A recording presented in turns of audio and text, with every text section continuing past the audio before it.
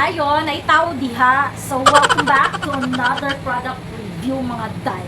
So, for today's video is another product from Beauty Glaze. Ang ating itatry and i-observe and titingnan natin yung performance mga day. So, if you are interested to know the performance of this is eyelash mascara. Lutang sinday kuradan. This is the ano ba to? Basta ang nasabtan na dyan ako diri no, lengthening lasting eyelash to cream.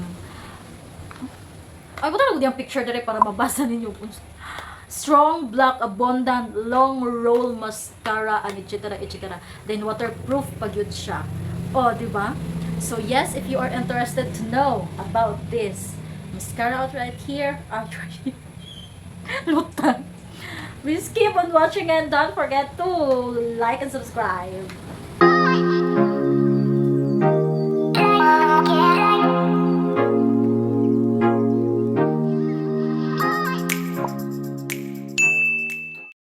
Alright, dyer. So here it is. Ganito yung box niya mga day. Nakalagay dito din yung expiry date niya dyan. At saka yung I don't know what's the meaning of that, but the ano is meron ditong expiry date, and then of course dito yung mga ingredients, and of course the manufacturer. Yes, yung mga claim niya andito din sa box. Look at that very beautiful gold box. So buksan natin. Tadaan! Oh wow, beautiful. So ganyan siya guys. Yung cup niya is just like a rose gold like that.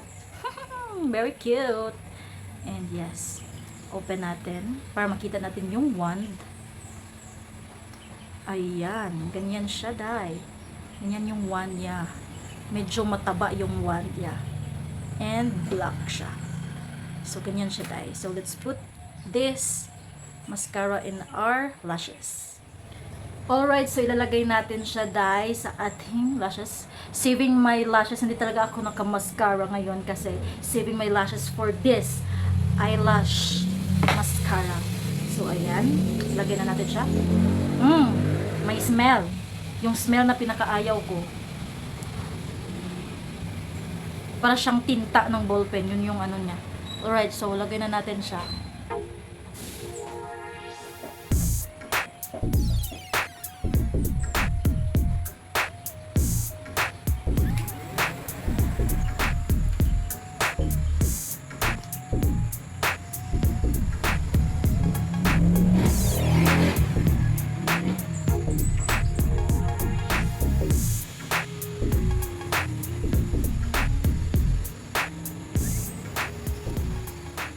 So, yan siya. Ito yung nalagyan natin, and then ito yung hindi.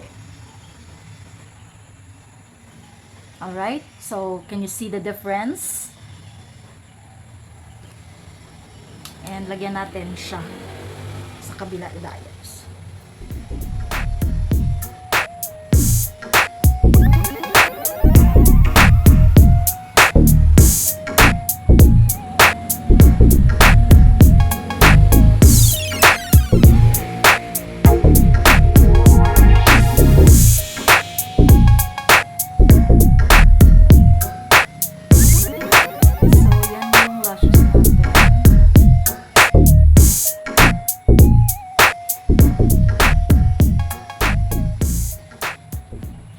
Alright. So, yan. So, i-observe natin, dai, yung mascara all day. And I will give you my observation about this mascara later. So, hayaan muna natin siya dyan. Magpasikat sa ating lashes, no? Kung anong kayang maibigay niya. Charot. So, yan guys. Ito na yung look ng lashes natin. Okay naman. Nabigyan naman niya ng buhay ang aking lashes dye, no? So yes, I will give you my final thoughts and observations about this product later na lang. So bye for now! Welcome back, giving you my final thoughts about this mascara out here. So, ilang araw ko na talaga siyang ginagamit, dai. And what is good about this mascara is very affordable niya. Yung pinakaayaw ko lang sa kanya is yung amoy niya guys, kasi meron siyang amoy na something bothering. Well, anyway, hindi naman, pag nalagay naman siya at natutuyo siya sa lashes nyo, hindi naman siya mag-aamoy na. So, pag matuyo na siya, wala na siyang amoy. But then, kung talagang basang-basa pa yung mascara, is talagang maamoy mo talaga na something may tinta talaga siya. Parang tinta ng ballpen yung ano niya guys. Yung pagkaka-describe ko sa amoy nito. So, yun yung pinakaayaw ko sa kanya, yung ano ko sa kanya, no? Cons ko sa kanya is yung amoy niya, parang tinta ng ballpen. But then, this is very affordable and the packaging is very nice. And what is also good about this mascara dye is it is waterproof. Yes, check siya sa waterproof. Pwede kang magligo-ligo ng dagat dito, ng pool. Kung gusto mong mag-Boracay, pwede mo siyang dalhin kasi this is waterproof. And I like it naman sa finish ng ano niya, sa finish niya sa aking lashes. Look at that. So, ilang araw ko na siyang gamit. Ito yung ginagamit ko talaga para ma-observe ko talaga siya farther more. Charot. And yeah, maganda naman yung finish niya. Nalilente naman niya yung aking lashes. And satisfied naman ako sa finish niya sa aking lashes dye. So, ganyan siya. Very natural yung lashes ko. Walang extension. That's my natural lashes. And this mascara lang talaga.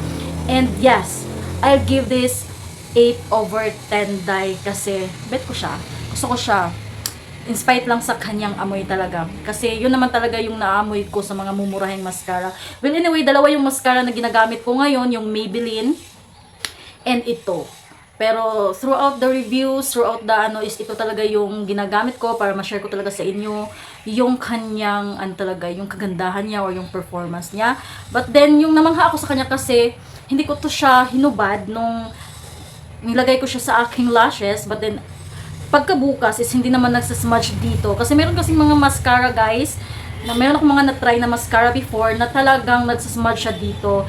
And then if you wash your face, and magsasmudge din yung mga ano niya dito guys. Pero ito siya, hindi siya nagsasmudge kasi parang yung kanyang ano is yung parang tawag doon niya, yung quality niya is parang nagkukumpul-kumpul lang siya guys. And talagang mabilis lang siyang matuyo and hindi siya bothering sa mata guys. Very lightweight lang niya sa lashes talaga. And look at that naman, no? Nalilente naman niya guys. So yun yung aking final review. 8/10, affordable, waterproof, and then maganda siya sa lashes guys. Kasi look at that naman, diba? And yun lang talaga yung ayaw ko sa kanya guys, yung amoy niya. So yun yung thumbs up with this mascara. And of course, thank you so much sa pagsama sa akin for this review. And sana makita ko ulit kayo sa aking next video. Comment your thoughts kung na-try nyo na din tong mascara na to. This is from Beauty Glaze, official store ng Beauty Glaze sa Shopee.